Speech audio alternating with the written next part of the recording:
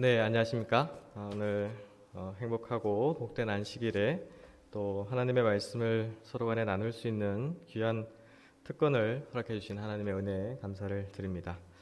오늘 주제는 말씀이 역사하는 마음이라는 주제로서 하나님의 말씀을 서로 나누고 싶습니다.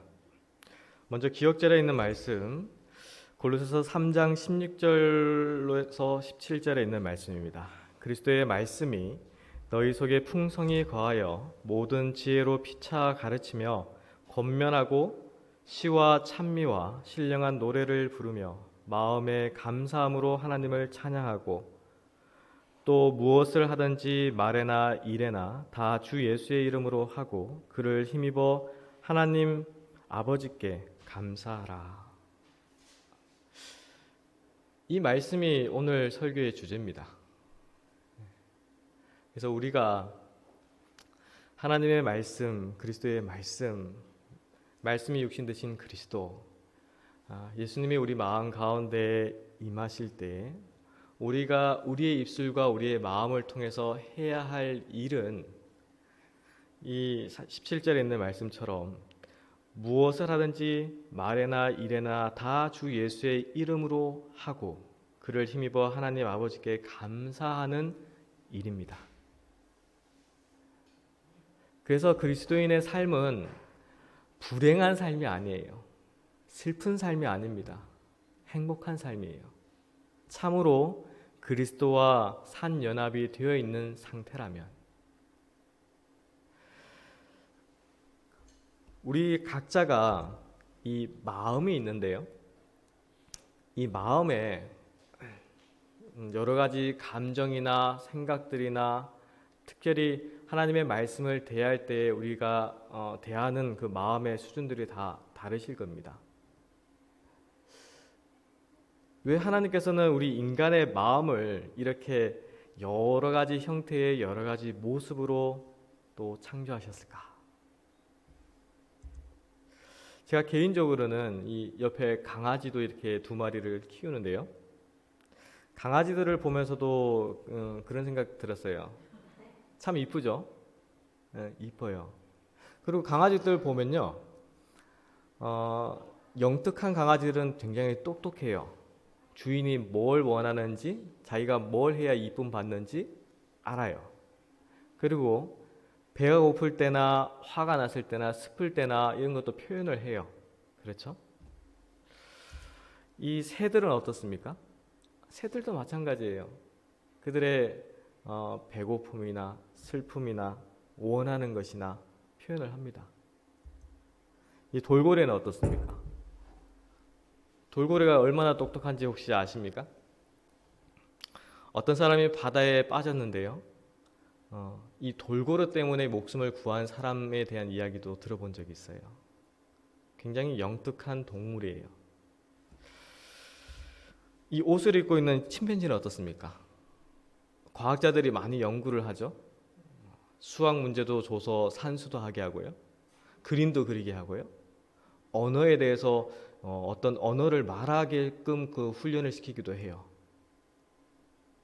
그런데 이 사랑스럽고 이쁘고 어떤 면에서는 똑똑하기까지 한 이 동물들과 사람이 무엇이 다릅니까? 무엇이 다를까요? 창세기서의 말씀을 보면 이런 말씀이 있습니다. 하나님이 자기 형상 곧 하나님의 형상대로 사람을 창조하시되 남자와 여자를 창조하시고 여호와 하나님이 흙으로 사람을 지으시고 생기를 그 코에 불어 넣으시니 사람이 생명이 된지라. 우리 인간이 창조함을 받을 때부터 이 동물들과는 다르게 창조함을 받았어요. 우리 인간은 하나님이 자기의 형상, 하나님의 형상으로 흙으로서 빚어서 그 생기의 코에 하나님의 호흡, 그 생기를 불어 넣으셔서 살아 움직이는 호흡하는 존재가 된 것입니다. 그게 인간이에요. 이 하나님의 형상이라는 그 말씀 속에는 하나님의 마음, 품성, 우리가 생김새들은 다 다르지만 하나님의 말씀이 우리의 귀에 들릴 때, 우리의 마음에 들릴 때 반응을 하게 되어 있어요. 왜 반응하는지 혹시 아십니까? 왜 반응하는지? 왜냐하면 우리를 창조하신 분의 음성이기 때문이에요. 그래서 하나님께서 말씀하시고 하나님께서 기록하신 이 성경을 우리가 바라볼 때 우리 인간은 반응할 수밖에 없습니다. 우리의 마음이. 그런데요, 성경이 없는 지역도 있죠. 세계 가운데서. 그리고 성경이 그 나라의 언어로 번역되지 않은 성경들도 있어요. 근데 그러한 가운데서 산다 할지라도 그들이 이 창조된 천년계를 바라보면서 누구를 발견하는지 아십니까? 창조주를 발견해요. 그래서 비록 그들이 성경이 없다 할지라도, 하나님의 말씀이 글로 기록된 책이 없다 할지라도 그들 마음 가운데 있는 양심으로, 마음으로 이 땅이 우연히 발생하지 않았다라는 것을 인정하고 창조주를 찾는 이들이 있습니다. 그리고 우리에게 복된 것은 무엇입니까? 말씀을 직접 주셨어요. 말씀을. 이 말씀을 처음 이 성경책을 받아본 이들의 그 얼굴 표정을 혹시 보셨습니까? 자, 보십시오. 어떻습니까? 굉장히 기뻐요. 혹시 우리 성도님들은 이런 경험을 해보신 적이 있으십니까? 기억이 나십니까? 내가 처음 말씀을 접했을 때 기억이 나십니까? 아니면 가물가물하십니까? 이 말씀이 우리 인간들의 마음 가운데 왔을 때 정말 그 말씀을 사모하고 창조주 하나님을 내가 인정하고 주님을 내가 신뢰하고 믿음 가운데서 있을 때 이 말씀이 우리 마음 가운데 우리에게 직접적으로 올 때에는 이러한 미소가 우리의 마음에서, 얼굴에서 나오게 되어 있어요. 그게 참으로 간구하는 이들의 모습이죠. 예수님께서 이런 말씀하셨습니다. 요한복음 12장 32절에요. 내가 땅에서 들리면 모든 사람을 내게로 이끌겠노라 하시니. 이 일이 이루어졌어요. 그래서 오늘날 많은 사람들이 그 예수님에 대한 믿음, 신뢰, 신앙은 없다 할지라도 예수님이라고 하면 알아요. 그래서 그 예수님을 압니다. 그래서 예수님께로 갑니다. 근데 한 가지 궁금한 게 있어요. 궁금한 게 뭐냐면은 많은 성경들이 있습니다. 그리고 특별히 우리 재림 신자들에게는 또한 예언의 신이라고 하는 증언의 말씀이 또한 있습니다. 그런데 왜 우리의 믿음이 성장하지 않는 것일까요? 왜 우리의 마음 가운데에 그 말씀이 살아 숨쉬지 않는 것일까요? 왜 신앙생활하면서 어떤 때는 뜨뜻미지근한 상태로서 그냥 형식적으로 그냥 교회에 왔다 갔다 하는 그러한 마음으로 우리가 신앙생활을 하는 것일까요? 왜 그렇다고 생각하십니까? 우리가 교과 공부 시간에도 배웠지만은 이 중풍병자가 예수님께 치유함을 받았던 이유 중에 하나가요. 가장 먼저 첫 번째 단계 그 계단을 그가 깨달았기 때문이에요. 그 병의 원인을 깨달았기 때문이에요. 그럼 우리의 영적인 상태도 또한 마찬가지입니다. 내가 정말 예수님과 더불어서 예수님의 장성한 분량에까지 자라나기를 간절히 원한다면 믿음으로 언제까지나 갓난아이가 아니고 장성해서 활동하는 청년이 되기를 내가 원한다면 내가 이 상태에 계속 있는 이유를 알아야 돼요. 그거를 알지 못하면은 1년, 10년, 평생을 신앙생활 해도 끊임없이 그 갓난아이로 있다가 흙으로 돌아가는 겁니다. 예수님께서 바라시는 우리의 믿음의 상태가 그러한 상태이기를 원하신다고 생각하십니까? 그러면 왜 우리의 마음이 예수님께 더욱 간절한 소망을 가지고 더욱 가까이 가지 못하는 것일까요? 증언복음 2권 334페이지에 이런 말씀이 있습니다. 태초부터 사람들로 하여금 하나님을 잊어버리게 하고 그들을 사단 자신에게 예속시키는 것이 사단이 고안해낸 계획이었다.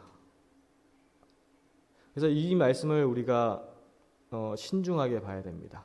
왜냐하면 내가 비록 신앙생활을 하고 있다 할지라도 내 마음 가운데에 하나님에 대한 영적인 사물로서 마음이 가득 차지 않고 다른 번잡한 생각이나 세상의 어떤 욕망이나 아니면 세상에 있는 물질적인 어떤 목표나 이러한 것들로 내 마음이 자꾸 채워진다면은 그것은 이 사단이 고안해낸 계획에 내가 모르게 빠져 있는 것입니다. 빠져 있는 거예요. 사단이 하는 방법 중에 자주 쓰는 방법이 있는데요. 그것이 바로 바벨입니다. 바벨. 사단은 자신이 기만한 자들을 너무도 혼란시켜 그들이 하나님을 알기 싫어하도록 희망했다.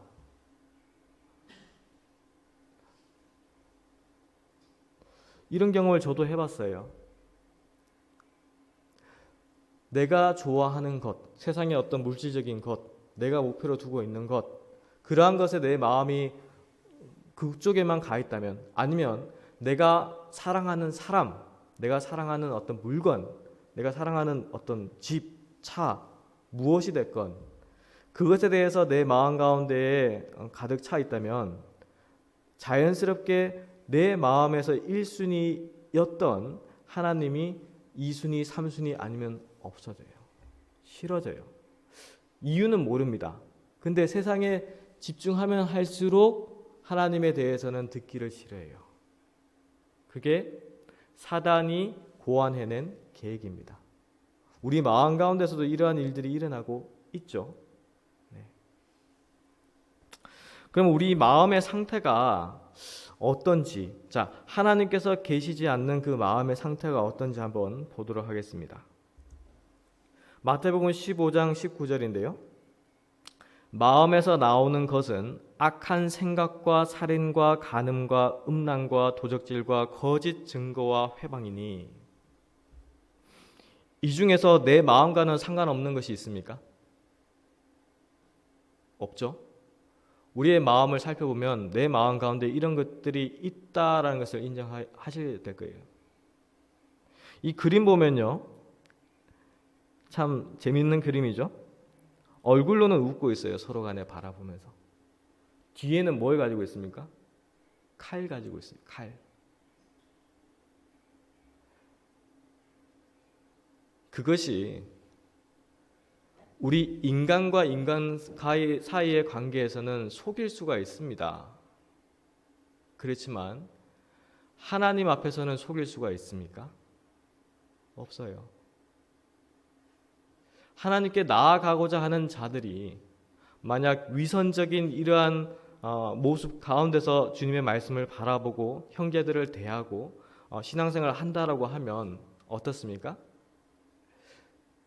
미안하지만 본인은 착각할 수 있어요. 하나님의 백성이라고.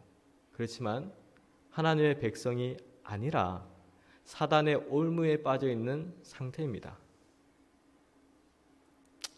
그러한 마음을 가지고 있으면 자주 일어나는 현상이 이 디모데전서에 있는 말씀이 맞다라고 생각이 듭니다. 디모데전서 6장 4절로 5절 말씀입니다. 저는 교만하여 아무것도 알지 못하고 변론과 언쟁을 좋아하는 자니 이로써 투기와 분쟁과 회방과 악한 생각이 나며 마음이 부패하여지고 진리를 잃어버려 경건을 이익의 재료로 생각하는 자들의 다툼이 일어나느니라. 첫째, 교만하고요. 이기심이 많고요. 자기만 알고요. 자기만 사랑하고요. 그리고 변론과 언쟁에 대해서는 또 좋아합니다. 특히 이 변론과 언쟁이 영적인 것에 대한 변론과 언쟁을 좋아해요. 이것 조심하셔야 됩니다. 왜냐하면 이 5절에 있는 말씀처럼 경건을 이익의 재료로 생각하는 자들의 다툼이라고 했습니다. 예수님 이야기합니다. 말씀에 대해서 이야기해요. 예수님을 이용합니다. 내 자신을 드러내기 위해서. 그것이 하나님께서 함께 하시지 않는 마음의 상태예요. 이것이. 그리고 또 한 가지, 또 사단이 우리 마음을 유혹해서 휩쓸 때 나타나는 증상이 있는데요. 그것이 바로 이겁니다. 극도에 세속하는 사단의 가장 성공적인 유혹들 중에 하나였다. 사단은 인간의 마음과 정신이 세속적인 매력에 이끌려 하늘의 사물들을 생각할 여지가 없도록 계획하고 있다. 세속화입니다. 세속화. 세속화라는 말이 이제 쉽게 우리가 이해하면 세상에서 유행하는 그 모습들이 교회 내에서 자꾸 나타나게 되어 있는 거예요. 그게 세속화입니다. 이것이 어느 한순간에 갑자기 오면은 모든 사람들이 반대를 하죠. 그렇죠? 어느 한순간에 이것은 영적인 삶과는 안 맞는 것 같아 라는 그 모습들이 갑자기 교회 내로 들어오면 우리가 반대를 하죠. 근데 사단은 그렇게 어리석지 않아요. 교묘하게 조금씩 우리 어린 아이들을 통해서도 들어올 수 있고요. 청년들을 통해서 들어올 수도 있고요. 장년들을 통해서 들어올 수도 있고요. 사역자를 통해서 들어올 수도 있어요.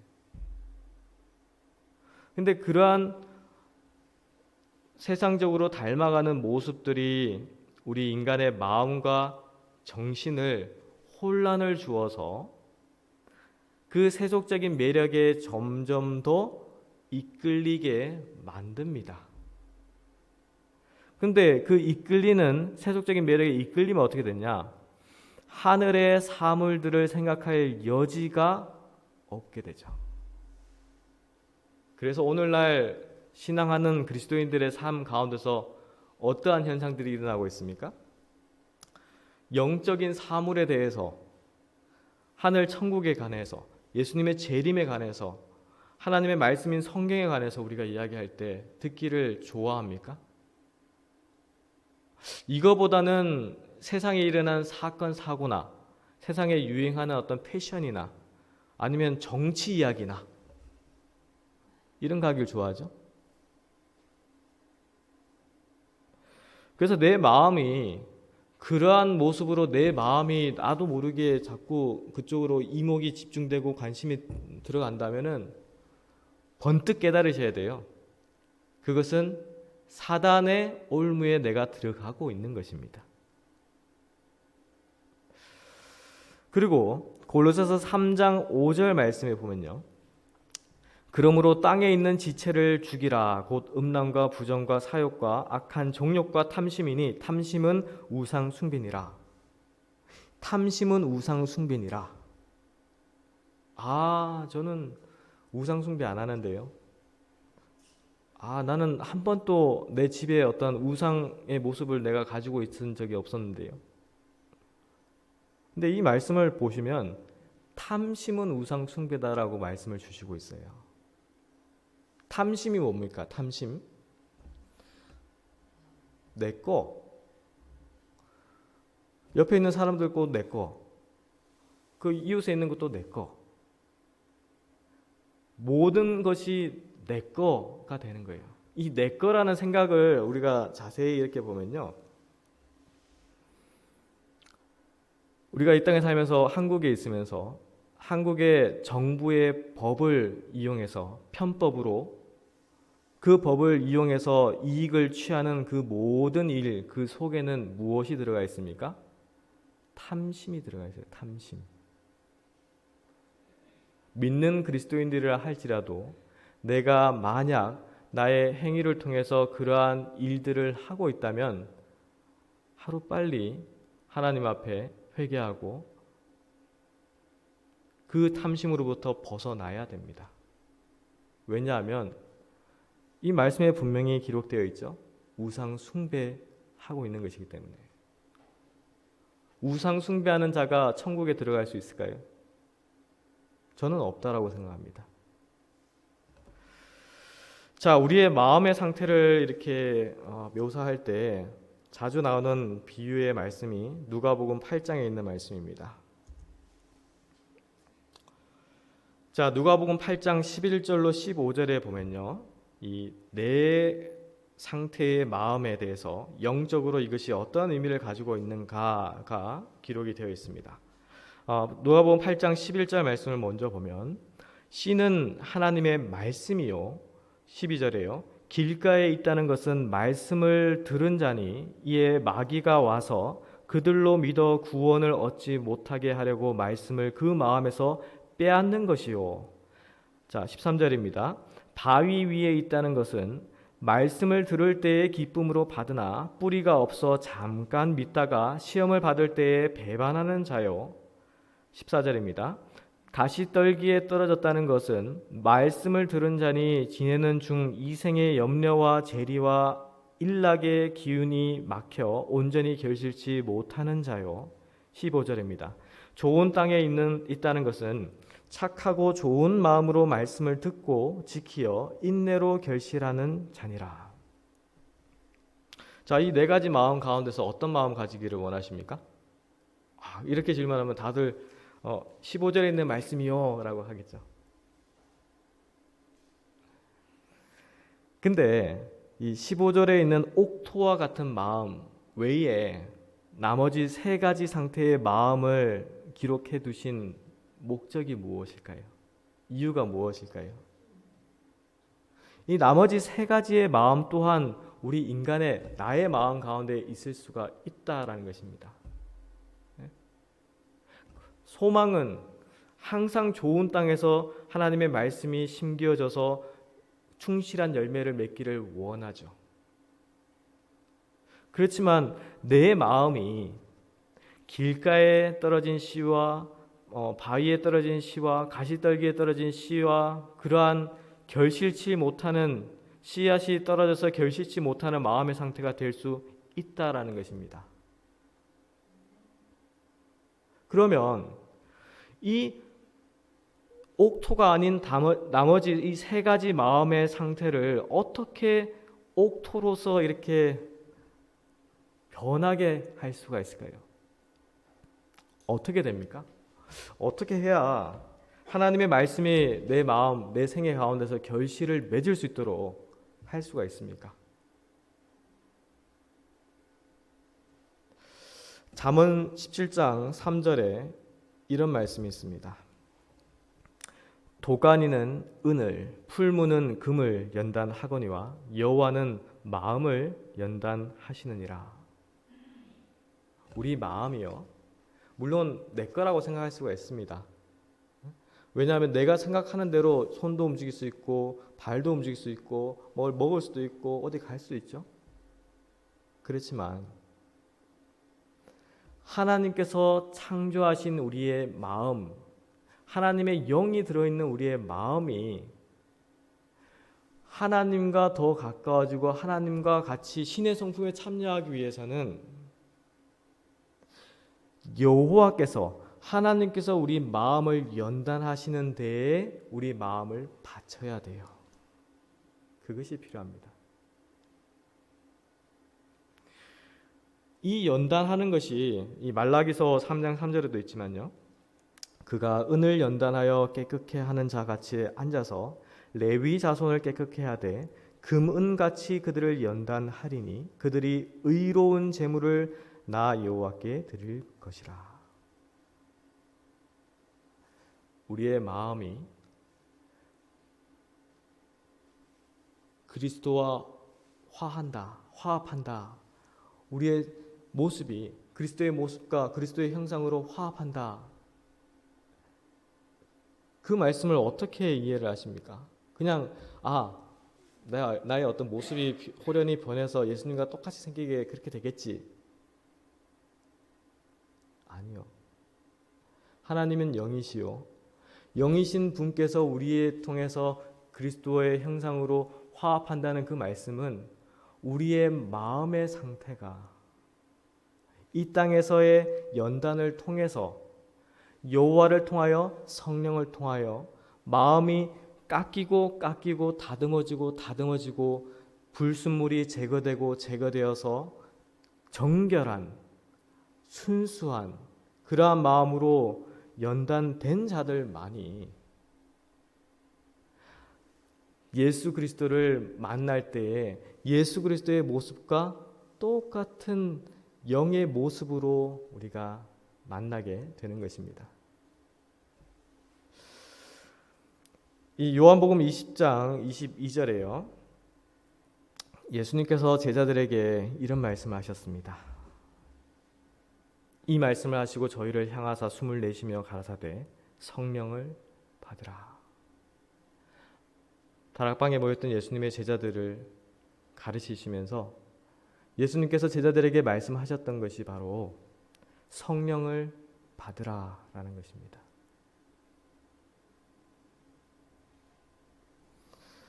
우리도 또한 이 하나님의 일을 할 때 내 신앙생활, 개인적으로 내 신앙생활을 유지하기 위해서 가장 필요한 것이 바로 이 성령의 충만함의 경험을 계속 유지하며 생애하는 것입니다. 그것이 어떻게 이루어질까? 성령 받으십시오. 성령 받으십시오. 내가 말했으니까 듣는 이들로 하여금 그 이루어질 것이다. 그렇게 보십니까? 그 제자들이 어떻게 하나님의 성령을 받았습니까? 실물교훈에 이런 말씀이 있습니다. 제자들이 성령의 역사를 위하여 믿음과 기도로서 저희 자신을 완전히 굴복시켰을 때에 비로소 성령의 부어 주심을 받았다. 하나님의 성령을 받는 것은 결코 가벼운 어떤 내 입술의 인정으로 아니면 내 마음에 그냥 그러한 단순한 어떤 결심으로서 그렇게 받고 역사하는 것이 아니에요. 하나님의 성령은 거룩한 성령입니다. 우리가 쉽게 가볍게 이야기할 수 있는 것이 아닙니다. 분명히 아셔야 돼요. 우리가 믿는 대상은 한낱 인간 예수 그리스도를 믿는 것이 아닙니다. 하나님의 높으신 그 권능을 가지신 이 온 우주의 주인이신 하나님, 창조주 하나님, 그 예수 그리스도께서 우리에게 주신 성령의 역사를 내 마음에서 내 생애에서 경험하고 충만한 가운데서 유지되기 위해서는 믿음과 기도로서 그리고 금식으로서 간절한 마음으로서 그렇게 하는 자들에게 주어지는 거예요. 그냥 내가 신앙생활을 오래 했으니까는 주셨지, 내가 경험하고 있지. 우리가 신앙생활하면서 가장 조심해야 될 것이 뭔지 아십니까? 막연한 신앙입니다. 막연한 신앙. 우리 마음 가운데 언제부터인지 모르지만 어느 순간부터 그냥 막연한 가운데서 신앙생활을 하는 경험들이 있어요. 근데 지금 이 땅이 굉장히 혼란스럽고 마지막 때가 되니까 여기저기서 지금 전쟁이 일어나고 있어요. 재해들이 일어나고 있어요. 모든 것이 굉장히 뭐랄까요? 신속하게 변하고 있는 세대에 살고 있습니다. 우리의 마음에서도 또한 날마다 영적인 전쟁이 있는 거 아십니까? 내가 내 육신이 평안하다, 안전하다 할 때 내 마음 가운데서는 하나님의 편과 사단의 편에서 영적인 전쟁이 내 마음 가운데서 끊임없이 일어나고 있어요. 그럴 때에 우리가 하나님의 편에 온전히 서기 위해서는, 특별히 성령의 역사를 나를 통해서 이 땅에 전해지는 그 도구로 내가 쓰임받기를 간절히 원한다면, 우리의 믿음과 기도와 우리의 영적인 진실함이 하나님께 간합되기를 간절히 바라셔야 돼요. 우리가 교회에 와서 예배드리고 하나님의 말씀을 듣고 하나님을 찬송하는 그 모든 일들이 내가 원하면 하고 내가 원하지 않으면 안 하고 그런 기준이 아닙니다.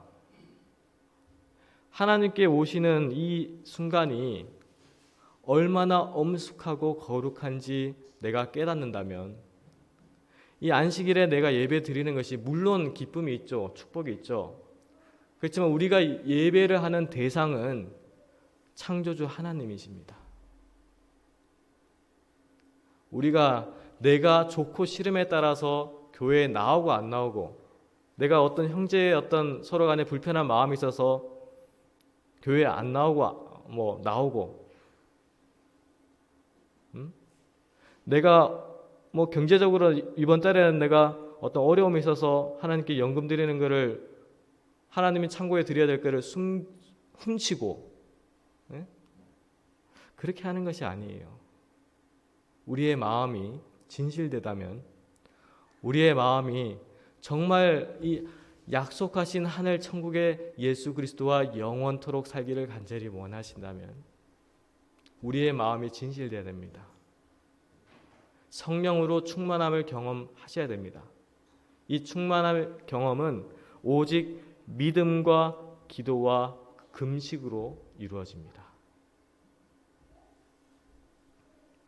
우리가 교과 공부 시간에도 이 중풍병자에 걸린 그 인물에 대해서 공부를 했었습니다. 아마 사진 그림이 정확하게 그러한 모습이다라고 우리가 말을 할 수는 없지만은 아마 유사할 거예요. 그 시대의 그 집과 어떻게 그들이 이 중풍병자를 예수님 앞에 내려 놓았는가. 그 중풍병자가 예수님께 나아갈 때에 그가 먼저 어떠한 마음을 가졌는가. 시대의 소망 268페이지입니다. 그가 죄를 회개하고 자기를 온전케 하실 수 있는 예수의 능력을 믿었을 때에 구주의 생명을 주시는 자비하심이 먼저 그 갈망하는 심령에게 복을 주셨다. 회개하고 자기를 온전케 하실 수 있는 유일하신 분이 바로 이 예수 그리스도시다. 그 능력에 대해서 믿을 때에, 믿음으로 그분 앞에 나아갔을 때에 예수님께서는 먼저 그 병자를 아시고 먼저 그 자비하심이 그 갈망하는 심령에 반응해서 복을 주신 것이죠. 그래서 이 믿음이라는 것은요, 예수님 앞에 나아가고자 노력할 때마다 더욱 강하게 자라는 것을 보셨다. 참 이 말씀이 좋아요. 이 믿음은 가만히 있는다고 해서 성장하는 것이 아닙니다. 믿음 생활을 하면서 믿음을 가만히 한번 내 생애 가운데서 가만히 한번 놔둬 보십시오. 어떻게 되나. 예수님께 나아가고자 하는 그 갈망하는 심령이 어느 순간 차츰차츰 없어지고 싫어지고, 이거보다는 더 세상적인 어떤 사물에 내 마음이 더 집중되고, 그렇게 한번 해보십시오. 어떻게 되나. 내가 믿음이 있노라라고 생각했지만 어느 순간 하나님을 내가 싫어하는 모습을 내 스스로 발견했을 때 소스라치게 놀라게 되어 있어요. 믿음은 예수 그리스도 앞에 나아가고자 노력하는 자에게 그 믿음이 더욱 강하게 성장하게 되어 있습니다. 예수님 앞에 어떻게 나아갈 수 있습니까? 어떻게 그 예수님 앞에 나아가서 내 믿음이 성장할 수 있습니까? 시편 119편 11절에 어떤 말씀이 있습니까? 내가 주께 범죄치 아니하려 하여 주의 말씀을 내 마음에 두었나이다. 하나님의 말씀이 내 마음 가운데 살아 숨쉬는 경험을 하는 자들, 그러한 이들에게는 믿음이 예수님과 같이 성장할 뿐만 아니라 우리의 생애 가운데서 하나님 앞에 범죄치 않으려고 하는 그 마음 또한 우리 마음 가운데 간직하게 되어 있습니다. 이러한 일의 결과는 오직 사람이 할 수 있습니까? 사람이 못하는 거예요. 내가 결심하고 내가 이렇게 하면 되겠지 저렇게 하면 되겠지 계획을 세운다 할지라도 됩니까? 안 돼요. 오직 성령의 끊임없는 감화를 받아야 한다. 성령의 끊임없는 감화 어떻게 받을 수 있습니까? 성령의 끊임없는 감화를 어떻게 받을 수 있습니까?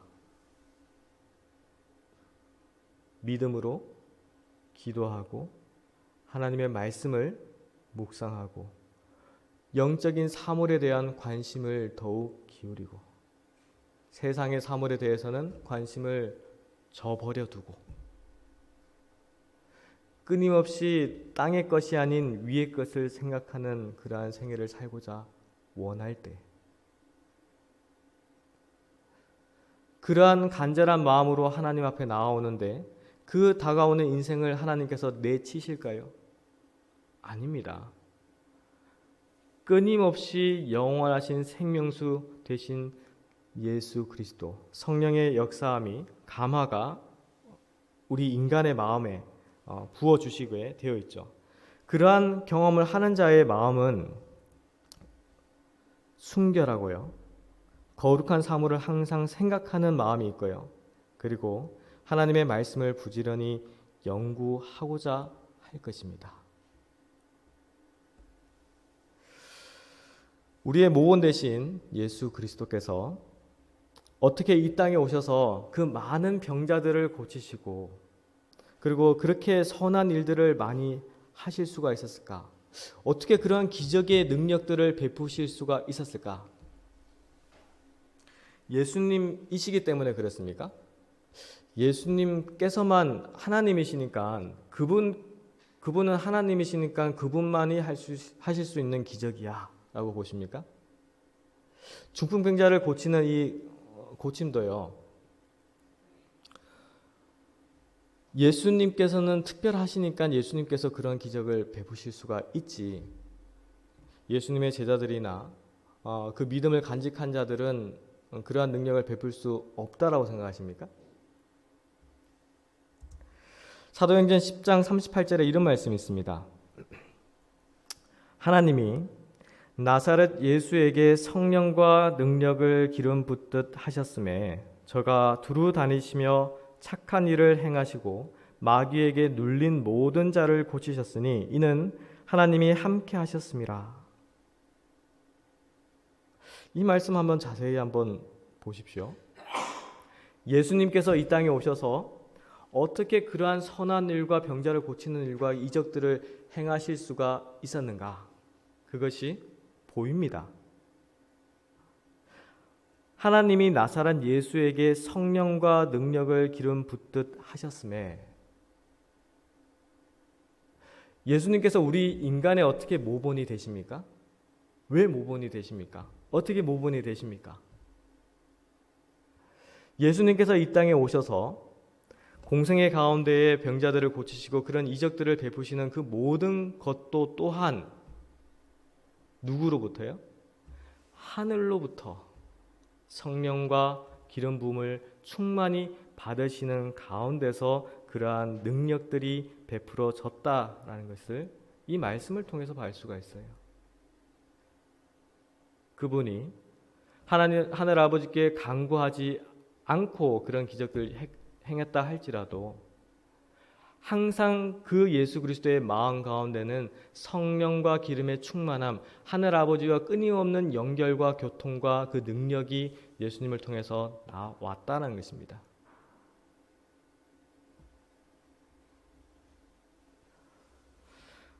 그러면 우리 믿는 그리스도인의 삶은 어떻습니까? 어떻게 이 말씀의 능력이 우리의 생애를 통해서 나타날 수가 있습니까? 어떻게 그러한 놀라운 일들이 나의 생애를 통해서 나타날 수가 있습니까? 만일 그리스도께 눈을 고정시킨다면 성령의 역사는 그 영혼이 그리스도의 형상과 같아질 때까지 쉬지 않는다. 이 성령의 역사가 그 영혼의 모습이 그리스도의 형상과 같아진다는 것이 과연 무엇을 의미합니까? 물론 품성이 그리스도의 품성과 같아진다라는 표현을 우리가 쓰죠. 근데 이른비 성령 때에 예수님의 제자들을 통해서 이른비 성령의 능력이 제자들에게 임했을 때에 그들을 통해서 어떠한 역사가 일어났는지 기록을 통해서 알 수가 있습니다. 이 그리스도의 형상과 같아질 때까지 쉬지 않는다 이 말씀 속에는 그리스도께서 보여주신 그 성령의 역사의 능력 또한 제자들을 통해서 또 진실로 믿는 자들을 통해서 나타난다라는 것이죠. 요엘서 2장 23절에 이 말씀이 있습니다. 시온의 자녀들아 너희는 너희 하나님 여호와로 인하여 기뻐하며 즐거워할지어다. 그가 너희를 위하여 비를 내리시되 이른 비를 늦은 비에게 너희에게 적당히 주시리니 이른 비와 늦은 비가 전과 같을 것이라. 자, 이른 비의 성령의 능력은 우리가 성경 사도행전을 통해서 기록이 되어 있습니다. 제자들이 방언을 통해서 복음을 전파하고 병자들을 고치고 수많은 기적들을 통해서 하나님의 말씀을 증거하고 예수 그리스도를 이 세상에 소개한 그 역사를 우리가 볼 수 있어요. 이 늦은 비의 역사는 무엇입니까? 늦은 비는 추수하는 비요, 결실을 맺는 비요, 예수님의 재림을 준비하는 일입니다.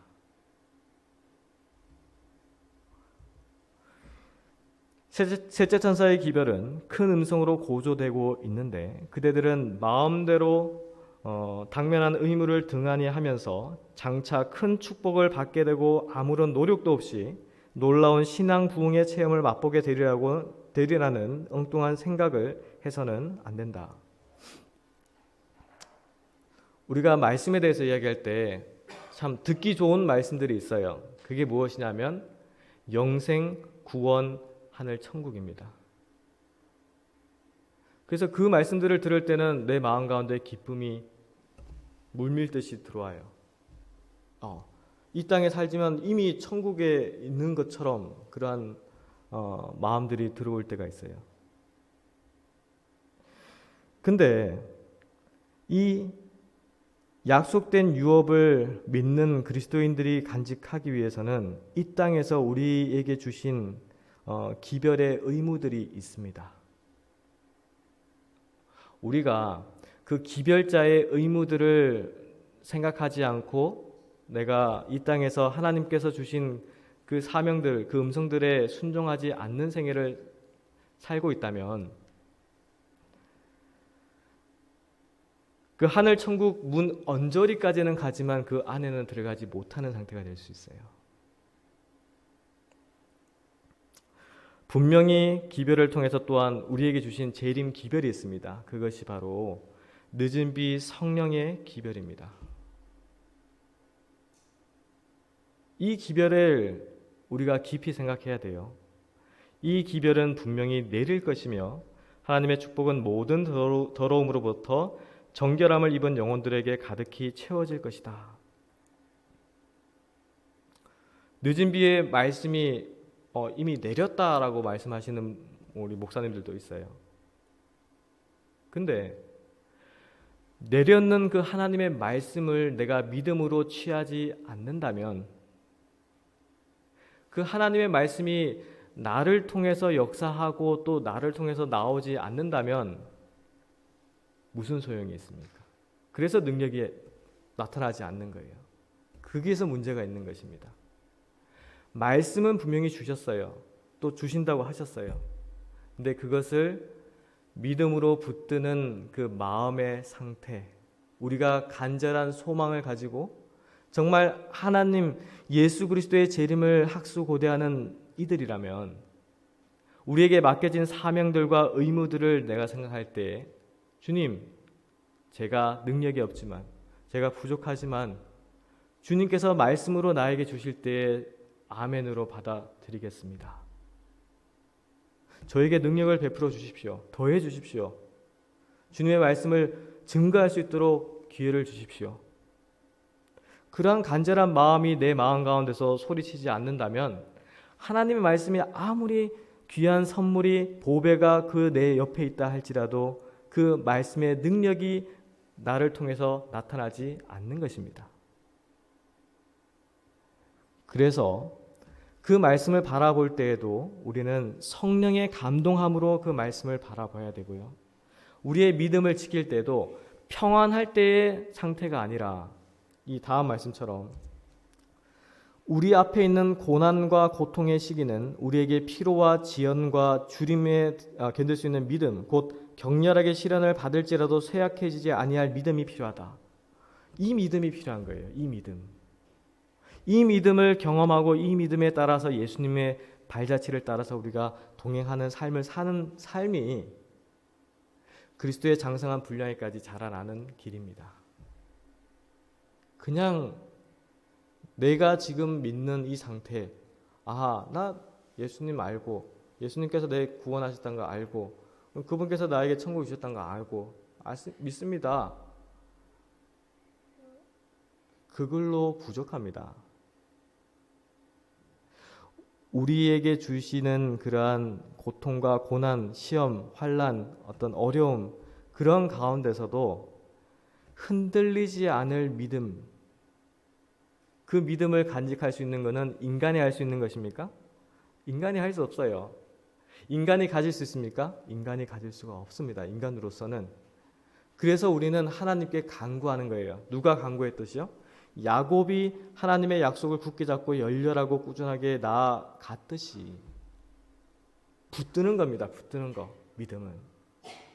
내가 간직할 수가 없기 때문에, 성령의 역사함의 그 능력도 또한 내가 간직할 수 없기 때문에 하나님께 붙드는 거예요. 이 교회의 부흥과 이 교회의 많은 영혼들이 하나님의 기별을 받아들이는 것 또한 마찬가지입니다. 인간으로서 할 수 없기 때문에 하나님을 붙들고 하나님의 말씀의 그 증거의 말씀들을 우리는 선포하는 길밖에 없는 거예요.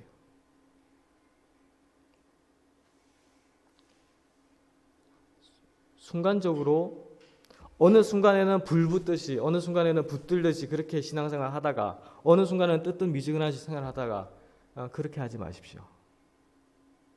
그러한 생애는 내가 믿음이 있노라 하지만 믿음이 없어지는 생애입니다. 굳게 잡고 열렬하고 꾸준하게 나아가는 삶, 이것이 그리스도인의 삶입니다. 믿음의 삶입니다. 매 순간 하나님의 말씀이 들릴 때에 내 마음 가운데에 내 온 세포가 아멘이라는 음성이 울려 퍼지는 그러한 놀라운 기적이, 그것이 하나님의 말씀을 진실로 사모하는 자들의 마음이에요.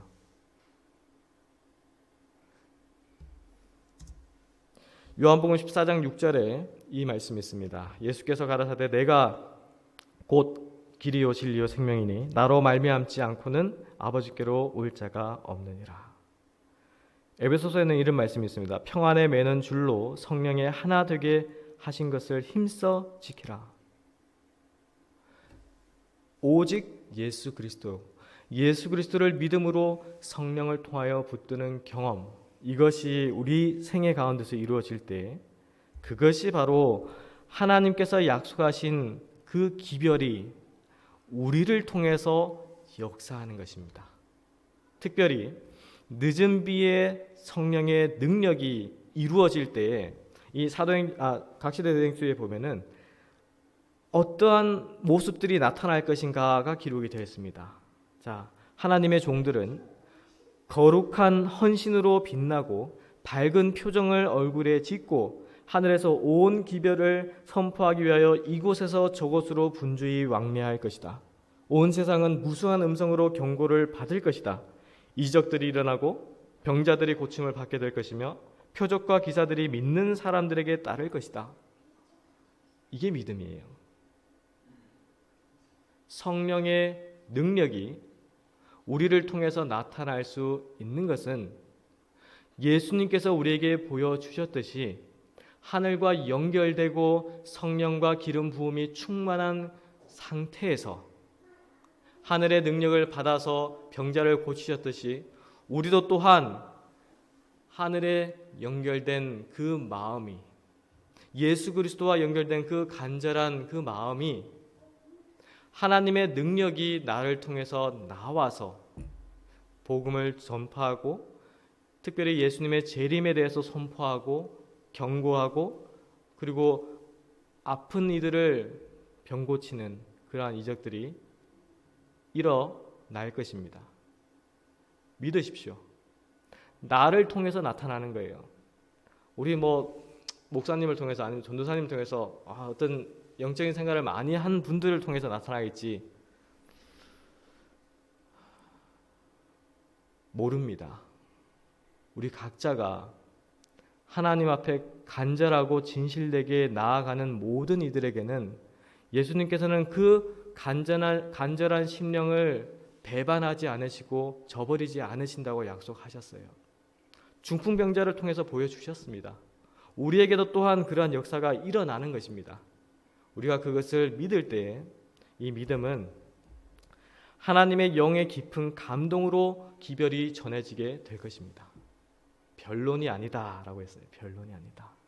어떤 지식으로 누가 옳고 저렇게 옳고 이게 아닙니다. 하나님의 말씀은 목적이 분명해요. 하나님의 지식 또한 목적이 분명합니다. 그 목적은 우리의 마음으로 성령의 감동함으로 예수 그리스도를 개인의 구세주로 믿고 죄로부터 구원함을 받고 영원한 생명으로 하늘 천국에 들어가서 예수님과 영원토록 사는 삶이에요. 그래서 이 진리를 생각할 때 우리가 하나님의 영에서 영으로 하나님의 영의 감동함을 먼저 받고 그 감동함을 입술로 증거하십시오. 그것이 우리에게 주신 기별자의 사명입니다. 이런 기별을 경험한 이들이 이 각시대행초에 있는 말씀처럼 용서해 주시는 은혜를 받은 증거를 느끼게 될 때에 그들은 자기들이 진심으로 사랑하는 구주께서 나타나기를 사모하였다. 이 성령의 깊은 감동함을 경험한 이들이 예수님의 재림을 진실로 사모하고 기다릴 수가 있는 것입니다.